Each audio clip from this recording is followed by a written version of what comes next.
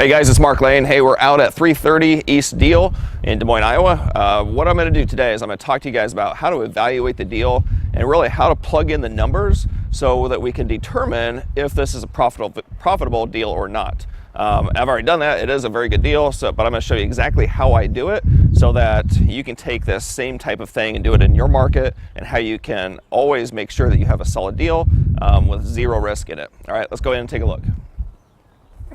I'm going to write it all up on the wall here so you guys can see it, but I'm not sure if it'll zoom in, but I have a calculator on my phone, a spreadsheet that tells me all the numbers, right? So all I have to do is plug these numbers in, and it tells me what the deal is going to look like, how profitable it's going to be.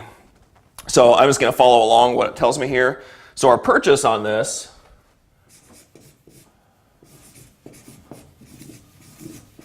is $67,000. Okay, our rehab budget is $31,450. Now the way that we determine that is I actually do a square footage pricing. Okay, so if it's, the way I figure this is if it's a very light rehab, which is usually gonna be like, carpet, appliances, maybe countertop, and interior paint or something, I'm figuring like $10 a square foot. If we go up into just a little bit more of a rehab, we get into a moderate rehab where it might be just a little bit of exterior work, fairly full interior job, then we're looking at about $20 a square foot. We go up beyond that, we're about $25 a square foot, which is a pretty moderate rehab. Okay, then we can take it even further. We go up to 30 and 40, for like a very full rehab. In this case, this number is a moderate rehab. This is figuring at $25 a square foot, and we have, with all the finished space, about 1,258 square feet. Okay, so that's how we determine that number.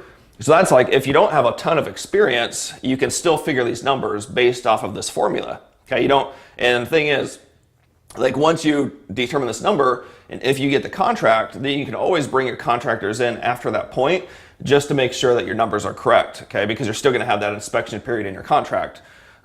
So like, this is the best, fastest way to run your numbers to make sure that you're not in too deep or vice versa.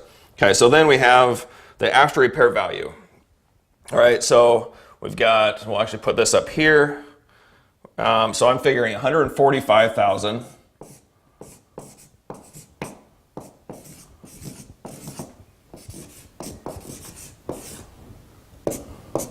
So $145,000, and the way we come up with $145,000 is this is the comps. Okay, so this is what we have the realtor pull for us to tell us what the sale price is going to be.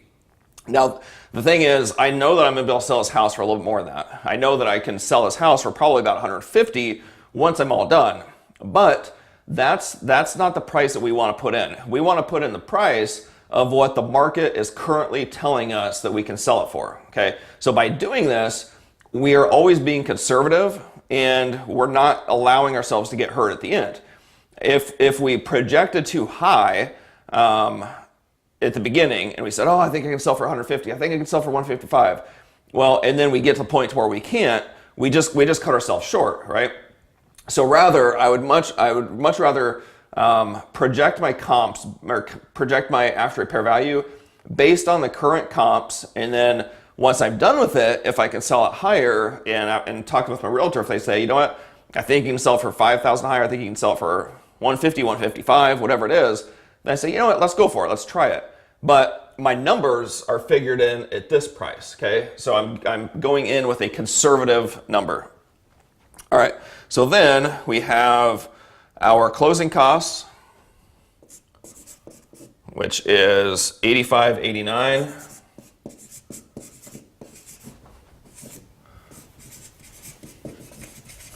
Okay, so closing costs, that factors in, we have 6% for the realtor's commission, we have the title work, doc prep fees, attorney fees, transfer stamps, all that stuff.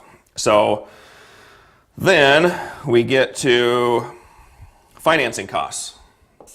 So our financing costs, I'm using a hard money lender. My rates are, it's actually 1.5 points, but points on here is because I can't do partial numbers, is 2%, 2 points, and 12% annual interest. Okay, but then we're carrying it for a 4-month term. That's about our usual turnaround time.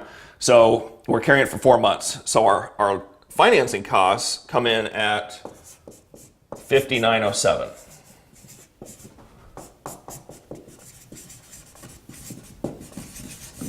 All right, and then we have our holding costs. So this is taxes, insurance, utilities.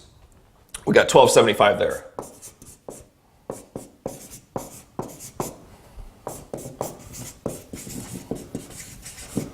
Okay, so 145 minus all of these costs, minus our purchase, minus our rehab, minus our closing, minus our financing, minus our holding costs equals $30,779. Okay, that's approximately what we're gonna make on the house. But like I said, I'm pretty confident that I'm gonna be able to sell this house for more. So I can simply hit the ARV, put in 150, and that number actually jumps up to $35,779.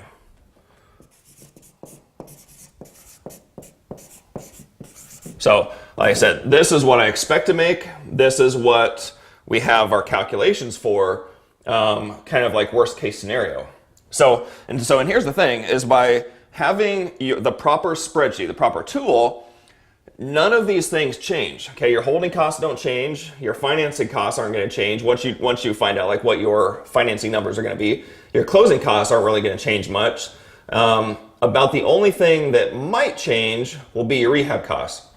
But that's why, if you're not familiar with doing this very much, after the purchase agreement is signed, that's when you have your 10-day inspection. That's when you bring your contractors in to give you the bids and figure everything out.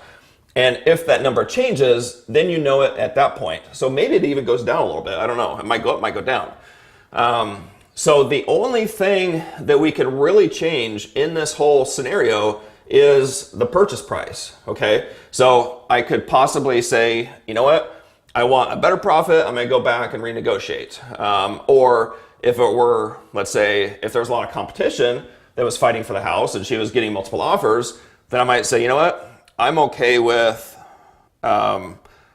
such return, so I'm actually gonna pay more. I'm gonna pay $72,000 and maybe the numbers still work for me, okay? So the purchase price is really about the only thing that changes in this scenario. So I'm actually gonna take it back to the 145 because that's what we have here. I'll talk about one more thing. So this gives us the 3779, this gives us a 21.23% return. The ROI is 21.23%. Now, that's the number, this is the number that we pay attention to, because this tells us how much confidence and how much risk we have in the investment, all right? If this, like, I almost always shoot for 20% or above, because that tells me that I have a very secure investment by shooting for a 20% return or better. And this is exactly the type of house I look for. If I were getting, let's say, the lowest I would accept on this house would probably be 16 to 18%. But if I can push it and I can go higher, which actually if I sell for 150, that actually jumps up to about 24%. Which is a fantastic return. That's a 24% return in 4 months. That means over the year, I'm getting almost an 80%, I'm getting an 80% return on that money. That's unbelievable. You can't touch that anywhere else. But like I said, this is the number we want to look at. The profit is a reflection of our return on investment, okay? So we don't really want to pay that much attention to the profit. That's just a byproduct of how good of a deal we do, all right? So that is how we analyze a deal. This is what I do on every single one, 100% of my deals. I analyze them this way to make sure that I am in a safe investment. And this is why, after doing hundreds and hundreds of deals, I've literally lost money on one deal, and that was towards the beginning of my career and when I didn't use tools like this. So when you have the proper tools in place and you put the right numbers in place, you're protecting yourself and you're setting yourself up to have a fantastic profit.